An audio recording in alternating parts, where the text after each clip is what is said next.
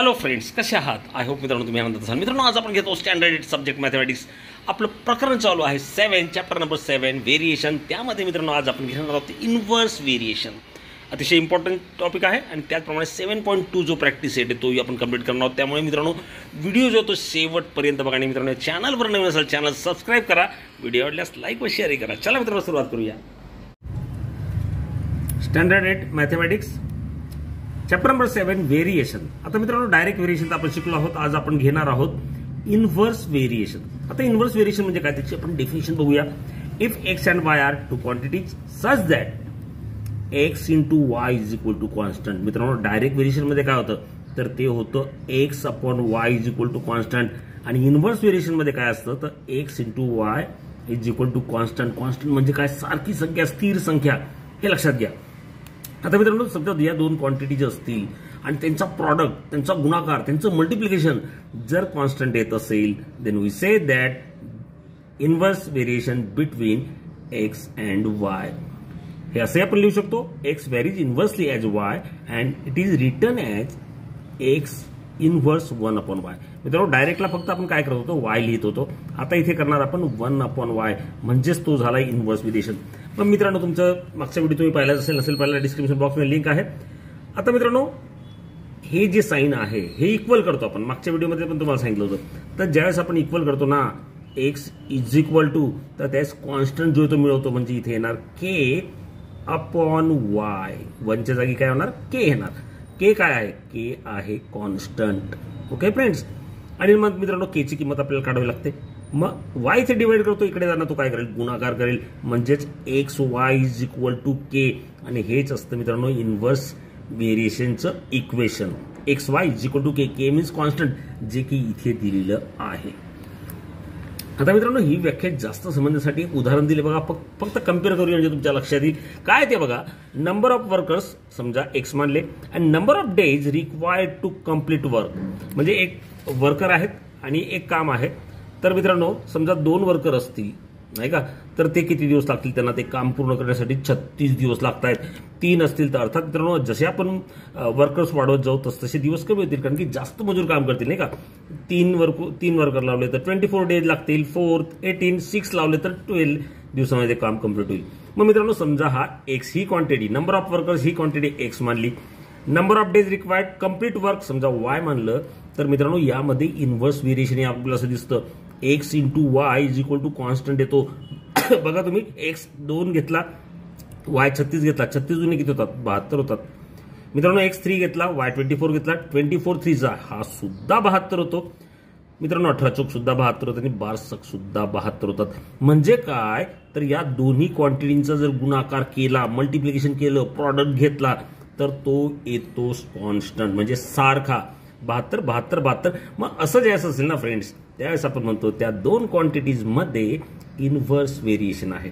Direct variation मध्ये मित्रांनो त्यांचा डिव्हिजन, त्यांचा भागाकार एक्स अपॉन वाय हा स्थिर येत होता. तुम्ही मागचा व्हिडिओ पाहिला असेलच, नसेल पाहिला मित्रांनो तोही बघा. तोही खूप महत्वाचा आहे. डिस्क्रिप्शन बॉक्समध्ये लिंक आहे.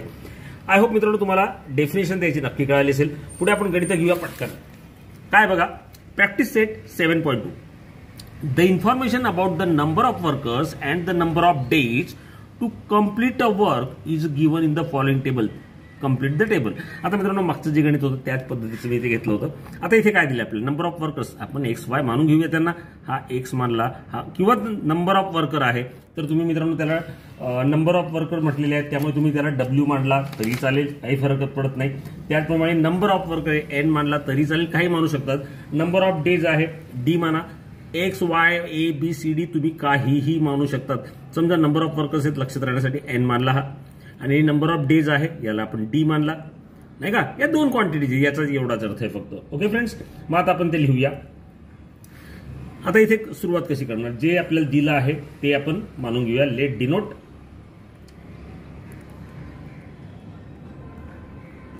Number of worker is equal to number of workers is equal to आपण मानूया एन आणि number of days. Number of no नाही हा नंबर आहे. नंबर ऑफ डेज ते जर मानले मित्रांनो डी मानले याला आपण. ओके. आता तुमच्या इथे लक्षात येईल इथे कोणतं व्हेरिएशन आहे, डायरेक्ट व्हेरिएशन आहे की इनव्हर्स व्हेरिएशन आहे. तुम्ही सहज यांचा डिव्हिजन करून बघायची, मल्टिप्लिकेशन करून बघायचं किंवा आपल्याला सहज लॉजिकली कळतं मित्रांनो. जेवढे आपण मजूर वाढवणार तेवढं काम लवकर होणार आहे, तेवढे दिवस कमी लागणार आहेत. पण समजा नसेल आठवत तर तुम्ही गुणाकार करून बघा. n इंटू डी, 2 पोस्ट दिले आहेत बघा इथे, 1 2 2 उत्तर दिलेत. 30 गुणिले 6 केले मित्रांनो किती होतात, तर ते 180 होतात. याचंही करून बघा. 20 गुणिले 9 केले तर ते सुद्धा 180. म्हणजेच काय, या दोघांचा गुणाकार जो मल्टिप्लिकेशन सेम येतोय, म्हणजे यांच्यामध्ये काय आहे, तर यांच्यामध्ये आहे इनव्हर्स व्हेरिएशन. ओके फ्रेंड्स, मग इथे तुमच्या लक्षात आलं असेल n इंटू डी कॉन्स्टंट येतो आहे नाही का. लिहून टाका n into D is equal to constant, कारण की इथे पण 180 इथे पण 180 आलाय कॉन्स्टंट.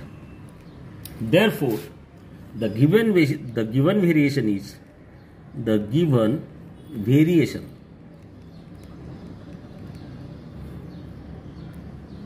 is inverse.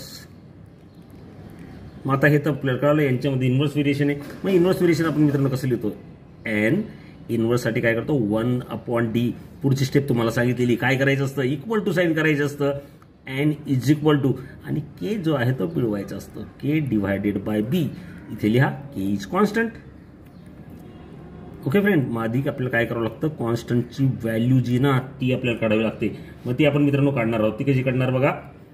आधी आपण n आणि d यांचा इथे डिवाइड करतो, इकडे जाताना तो गुणाकार करेल. म्हणजेच nd is equal to k is the equation of variable, equation of variation is the equation of variation of variation. Okay friends, हे इक्वेशन ऑफ व्हेरिएशन आहे, हे लक्षात असू द्या.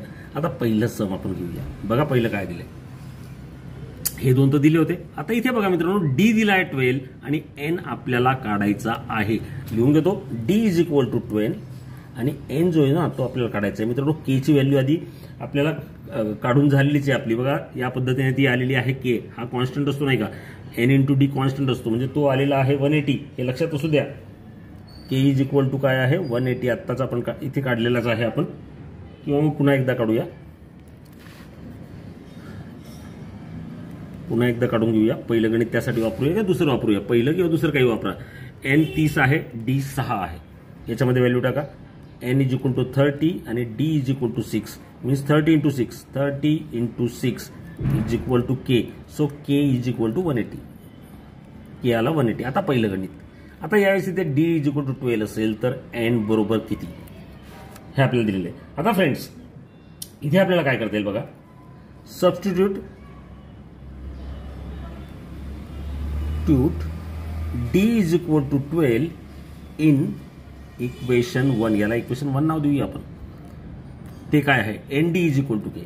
nd is equal to k. k ची value तर आपण काढलीच आहे, 180 टाकून द्या, 180. आता फ्रेंड्स d 12 घेतला आहे, n इंटू 12, d ची किंमत टाकतो, is equal to 180. Therefore n is equal to 180 upon 12. 12 1 जा, 12 1 जा, 6 उरले, 12 5 जा 60. So n is equal to 15. मित्रांनो n जो आहे तो 15 आलाय. उत्तर लिहून टाका इथे, n इज इक्वल टू 15. आता मित्रांनो इथे दुसरं बघा, n जो आहे तो 10 दिला आहे, d आपल्याला काढायचा आहे. बघा लक्षात घ्या, n जो आहे ना तो 10 दिलेला आहे, n दिलेला आहे आपल्याला 10. आणि मित्रांनो d जो आहे ना तो आपल्याला काढायचा आहे. लक्षात घ्या, k तो कॉन्स्टंट होता, 180 आहेच. आपलं इक्वेशन काय आहे मित्रांनो, nd is equal to 180. k ची किंमत टाकल्यावरती n आता 10 आहे, तो टाकून द्या इथे, into d is equal to 180. Therefore d is equal to 180. हा 10 कडे मल्टिप्लिकेशन करतो, इकडे जाणार तो डिवाइडला जाईल, 0 0 कॅन्सल, सो वी गेट 18. मग ज्यावेळेस n 10 असेल त्यावेळेस d असणार 18. म्हणजे नंबर ऑफ वर्कर्स 10 असतील तेव्हा त्याला लागणारं दिवस जे आहेत, नंबर ऑफ डेज असतील 18. लिहून टाका 18. ओके फ्रेंड्स, आता इथे बघा पुढच्या गणितात काय दिले. पुढच्या गणितात d दिला आहे 36. ओके फ्रेंड्स, बघा पुढच्या गणितात d आहे 36. आपल्याला काढायचं आहे n. k आहे 180, तोच असतो कायम, आणि इक्वेशन आहे तेच असतं. nd is equal to k. k means 180. Substitute the value d and d ची व्हॅल्यू टाकली 36 is equal to 180. So n is equal to 180 upon 36. आता मित्रांनो 36ला जर आपण भागितलं तर 36 ने 180ला तर येणार 5. So number of worker 5. जर 36 दिवस कामाला लागत असतील तर नंबर ऑफ वर्कर असतील 5. लिहून टाका इथे 5. अशा पद्धतीने हा टेबल जो आहे ना फ्रेंड्स तुम्हाला सहज पूर्ण करता येईल. पुढे बघूया. Find the constant of variation and write the equation of variation for each of the examples given below. मित्रांनो कॉन्स्टंट ऑफ व्हेरिएशन लिहायचं आहे फक्त आपल्याला, इक्वेशन लिहायचं व्हेरिएशनचं. बघूया काय पहिलं काय बघा. पी हा जो आहे इन्व्हर्स व्हेरिएशन क्यूला आहे. P is inverse variation of Q. जे दिलंय ते मित्रांनो ते लिहितो, नीट लक्षात घ्या. आणि पी 15 असेल, क्यू 4 असेल तर कॉन्स्टंट आपल्याला काढायचं आहे. आता फ्रेंड्स पहिली स्टेप काय असणार आहे. पी के साईन चेंज करणार आहे इक्वल टू के येणार डिवायडेड बाय क्यू येणार. आता पी आणि क्यू ची व्हॅल्यू मित्रांनो टाकू शकतो आपण.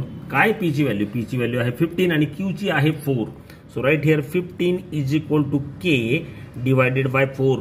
मित्रांनो 4 इकडे डिवाइड करतो, इकडे त्यानं मल्टिप्लिकेशन करेल. 15 into 4 is equal to K means K is equal to 60. मित्रांनो आपल्याला काय विचारलं होतं. आपल्याला विचारलं होतं के ची value, the constant of variation. हा आला आपला the constant of variation. Constant of variation. आणि नंतर विचारलं होतं मित्रांनो इक्वेशन ऑफ व्हेरिएशन. आता इक्वेशन ऑफ व्हेरिएशन काय असतं मित्रांनो. आता इथे पी आणि के क्वांटिटीज आहेत. तो पी आणि k is equal to k p आणि काय आहे क्यू. पी आणि क्यू इज इक्वल टू काय असतो मित्रांनो के असतो. के ची व्हॅल्यू आपण 60 काढली आहे म्हणजे पी क्यू बरोबर इज इक्वल टू 60. हे काय आहे is the equation of variation. Is the equation of variation. Okay friends, अशा पद्धतीने हे पहिले झालं. दुसरं इथेच करूया आपण. दुसरं काय friends. Z inverse variation of W.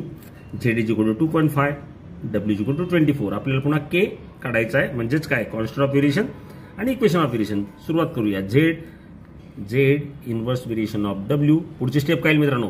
ती येणार झेड हे साइन कन्वर्ट होणार इक्वल मध्ये आणि इथे येणार के डिवायडेड बाय डब्ल्यू. इथे के इज कॉन्स्टंट लिहिणं गरजेचं आहे. कॉन्स्टंट मागच्या गणितात ते लिहिलेलं नाही, लिहून टाका. K is constant. Okay friends. आता मित्रांनो काय डब्ल्यू कडे जाईल म्हणजे Z into W is equal to K. Z किती फ्रेंड्स. झेड आहे 2.5 आणि डब्ल्यू आहे 24. 2.5 into 24 is equal to K. So K is equal to 24 into 2.5 करा मित्रांनो, तो येणार 60. मग हा काय आलं हे इक्वेशन आपल्याला विचारलं आहे. The constant of variation. The constant of variation is 60. The constant of variation 60 आलाय, तो काही गरज नाही तेवढी. नंतर मित्रांनो इक्वेशन काय होतं. Z into W is equal to k. K ची व्हॅल्यू इथे टाकली म्हणजे ते आपल्याला इक्वेशन मिळतं. Z into W is equal to 60. याला म्हणणार मित्रांनो is the equation of variation. Is the equation of variation. Okay friends, अशा पद्धतीने हे दुसरी. तिसरं काय बघा. S inverse variation of t square. Inverse variation आहे तर हा टी स्क्वेअर लक्षात घ्या. लिहूया चला. Third s inverse variation of t square. आणि नंतर काय दिलंय मित्रांनो आपल्याला S4 दिलाय, T5 दिलाय. S is equal to 4, T is equal to 5. मित्रांनो पुढची स्टेप काय असणार आहे तर हे साइन कन्वर्ट करणार इक्वल मध्ये. So S is equal to K upon T square. Substitute the values. S is equal to 4 K and T square that is 5 square. तर मित्रांनो किती येणार 4 is equal to K upon 5 square is 25. 25 ला इकडे घ्या. So K is equal to 4 into 25 means किती आला तो येणार 100. आता मित्रांनो हा 100 आला. हा काय आहे. हा आहे the constant of variation. The constant of variation. मित्रांनो अक्षर खराब येते थोडं खाली आल्यामुळे, थोडं वरती करूया. ओके. आता के इज इक्वल टू 100 आला. मित्रांनो इक्वेशन लिहायचं आपल्याला बाकी आहे. ते इक्वेशन काय असणार आहे. S into T square is equal to K. S into T square is equal to friends काय येणार के येणार. के आहे 100. So S into T square is equal to 100. इथे लिहून टाका. मला इथे जागा नाही लिहिणार. Is the equation of variation S into T square. Okay friends. तिसरं बघूया शेवटचं काय आहे ते. X into square root of Y म्हणजे variation inverse variation of square root of Y. आपण पुढच्या पेजवर घेऊया म्हणजे अक्षरी चांगले. X into square root of inverse of square root of Y. आणि मित्रांनो एक्स इज इक्वल टू दिलाय 15 आणि वाय इज इक्वल टू दिलाय 9. पुढची स्टेप काय असते फ्रेंड्स. एक्स हा कन्वर्ट करणार इक्वल मध्ये k upon root of y. Substitute करा व्हॅल्यू. एक्स आहे 15, k square root of y, y काय आहे 9, so right here 9. So 15 is equal to k root 9 is 3, त्यामुळे 3 येणार. म्हणून के इज इक्वल टू काय मित्रांनो, हा मल्टिप्लिकेशन जाईल 15 इंटू 3 मीन्स 45. मित्रांनो के ची व्हॅल्यू जी आली आहे 45 आणि हे काय आहे the constant of variation. The constant of variation. Okay friends, हे झालं. आता इक्वेशन लिहायचं आहे आपल्याला. X into root Y, X into root Y is equal to 45 is the equation of variation. Equation short form होता इक्वेशनचा, आपण लिहूया equation of variation. I hope friends तुम्हाला ही गणित कळाली असतील. व्हिडिओ जास्त लांबेल त्यामुळे आपण थांबूया. पुढची जी गणित ना मित्रांनो 3 पासून पुढच्या व्हिडिओमध्ये घेऊया. तोपर्यंत टेक केअर, गुड बाय.